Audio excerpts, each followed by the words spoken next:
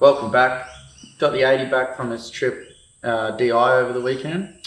Went pretty good, a few little niggly bits. Still getting the fuel cut issue. Traction control and torque code is popping up, so I'm thinking that's from the VZ computer with the landcruiser diff ratios, thinking it's not working properly altogether. So I'm going to get a bit of a tune in it tonight, and hopefully they can delete that traction out of it and give it more power and fuel economy at the same time. It's 5:30 now. We're going to leave in the car right now and fly up to Nambour tonight and hopefully make it in time. And old mate's doing me a favour by tuning it tonight, so hopefully it should go well. At the hospital that night where she's waiting to get.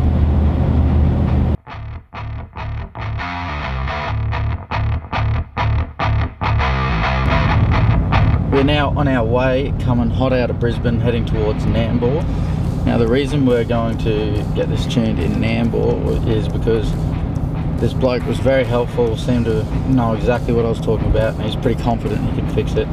And it was fairly reasonable compared to a lot of other tuning shops want outrageous things just to reflash the ECU pretty much and delete a few traction control and things like that off it. So hopefully this guy is as good as he sounds.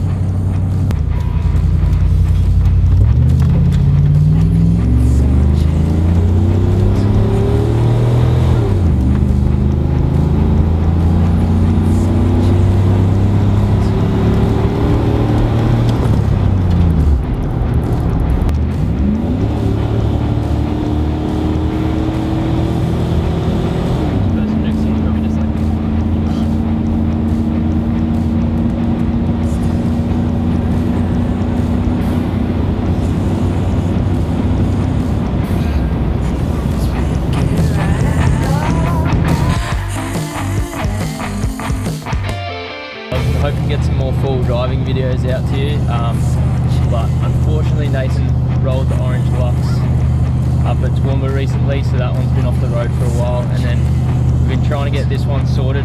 As you saw, recently just bought this, and now today we're taking it up to get tuned, so after that everything should be sweet and we should be right to go ahead with some more wheeling videos soon.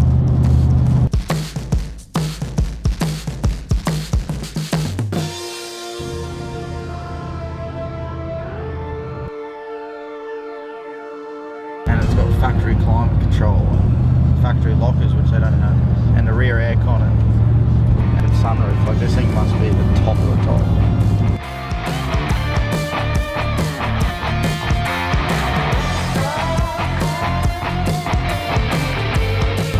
So apparently when you're tuning LS's you need to buy, what is it, a code, a license? Yeah, it's like a license. I think it's just like you can buy it for your ECU and then you're allowed to tune it. Something like that. I'm not sure. So this guy that we're going to wants the card details now so he can buy this thing online before we get there. It's sounding like real sus to me, yeah. But Nathan reckons he's legit, so oh well. Yeah, I just said I got cash, so hopefully he puts his own card in, and yeah, but, you know, he's doing it at home, so you never know what will happen. Guess we'll find out when we get there. Probably got about half an hour to go. We're looking to get there by around like 7:15, 7:30. It's about 6:45, 7 at the moment. Let us know in the comments below what you want to see more of on this channel. If you want to see like more vlog style stuff, more full driving, more builds, maybe even some motorbikes or something like that, let us know in the comments now. Speaking of motorbikes, we might have some motorbike related content coming up soon. Nathan's Husqvarna dirt bike's looking like it might need a bit of work.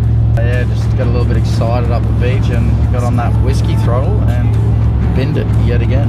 And that's just about 2 weeks after our cousin came off it at about 300 kilometers an hour and snapped his wrist in half, and the bike went flying, so it just got rebuilt after that with a few new parts. So now it looks like it's time for rebuild number 2.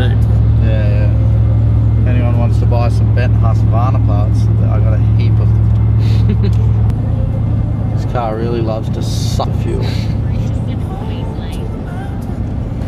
22 mins.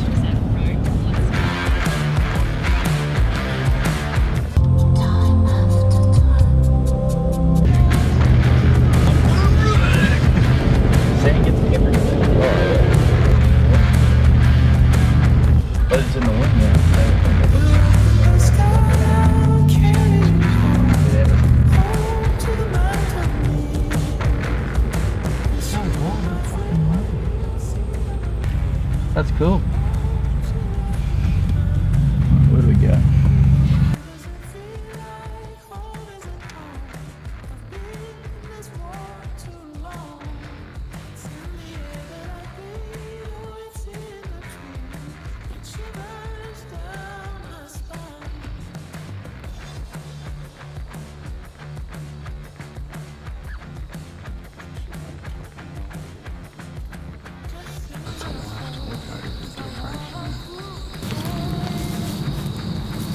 Alright, go start it. This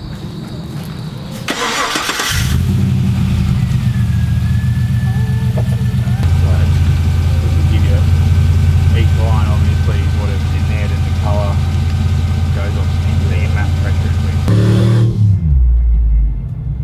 Is it different? Right again. You reckon? Yeah. Compared to how it's normally, because that's where it's plugging out, isn't it? Yeah. Yeah, it's got one pickup. It'll be holding first a lot longer as well. That one and the second a lot better. It usually fucking works. Yeah.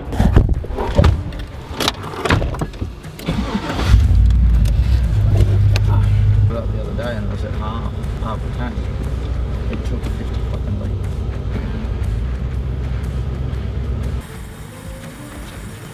That was your first tuning experience? Yeah, look, it was a bit different. It was more of a backyard tune, but I really just wanted to get rid of that problem, and it's still a lot cheaper than anyone else, so you got to expect that. But look, the car changes gears better, it makes more power. Problem's gone for now. Usually only comes back after a couple of days, so really got to give it a couple of days to test it out. But you know, look, it is what it is, but it's pretty good. So makes more power, that's for sure, and shifts nicer, so can't complain.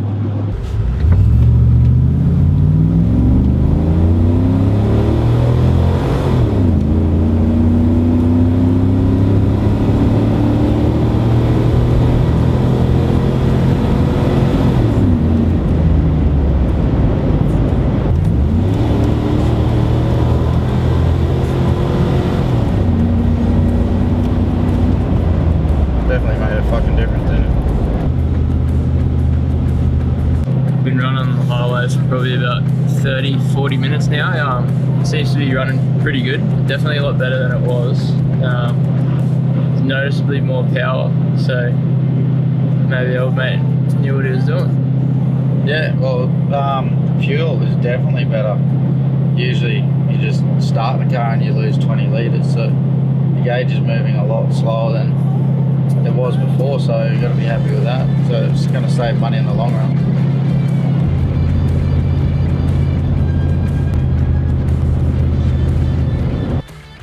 Made it back home. Another arguably successful mission.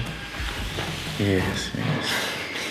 What's in store next? Any plans? Well, just check this thing runs right, and then yeah, just a few little niggly bits to make it more comfortable to drive, and then go send it up at Glasshouse and break everything we just replaced.